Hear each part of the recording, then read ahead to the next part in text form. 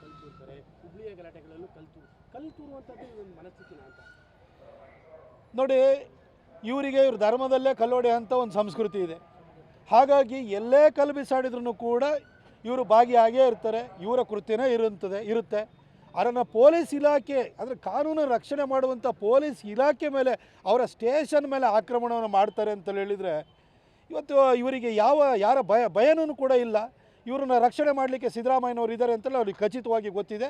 ಹಾಗಾಗಿ ಕಾನೂನನ್ನು ರಕ್ಷಣೆ ಮಾಡುವಂತಹ ಪೊಲೀಸರನ್ನೇ ಇವತ್ತು ಗುರಿಯಾಗಿಸ್ಕೊಂಡಿದ್ದಾರೆ. ಪೊಲೀಸರನ್ನೇ ಪರಿಪರಿಯಾಗಿ ಹೇಳ್ತಾ ಇದ್ರು, FIR ಮಾಡಿದ್ದೇವೆ, ಆರೋಪಿನ ಅರೆಸ್ಟ್ ಮಾಡಿದ್ದೇವೆ. ಅವರ ಧಾರ್ಮಿಕ ಮುಖಂಡರು ಹೇಳ್ತಿದ್ರು, ರಾಜಕೀಯ ಮುಖಂಡರು ಹೇಳಿದ್ರು ಸಹ ಕೇಳುವಂತಹ ಪರಿಸ್ಥಿತಿಯಲ್ಲಿ ಯುವಕರು ಇರಲಿಲ್ಲ. ಇಂಥ ಪರಿಸ್ಥಿತಿ ಮುಂದುವರೆದ ಒಂದು ಕೂಂಬಿಂಗ್ ಆಪರೇಷನ್ ಮಾಡಿ ಪೊಲೀಸ್ ಇಲಾಖೆಗೆ, ನಮ್ಮ ಕರ್ನಾಟಕದ ಪೊಲೀಸರಿಗೆ ಯಾರಿಂದಲೂ ಪಾಠ ಹೇಳಿಸ್ಕೊಳ್ಳೋ ಅಂಥ ಅಗತ್ಯ ಇಲ್ಲ. ಅತ್ಯಂತ ಕಾರ್ಯದಕ್ಷ ಪೊಲೀಸ್ ಅಧಿಕಾರಿಗಳು ನಮ್ಮ ಮೈಸೂರಿನಲ್ಲೂ ಇದ್ದಾರೆ.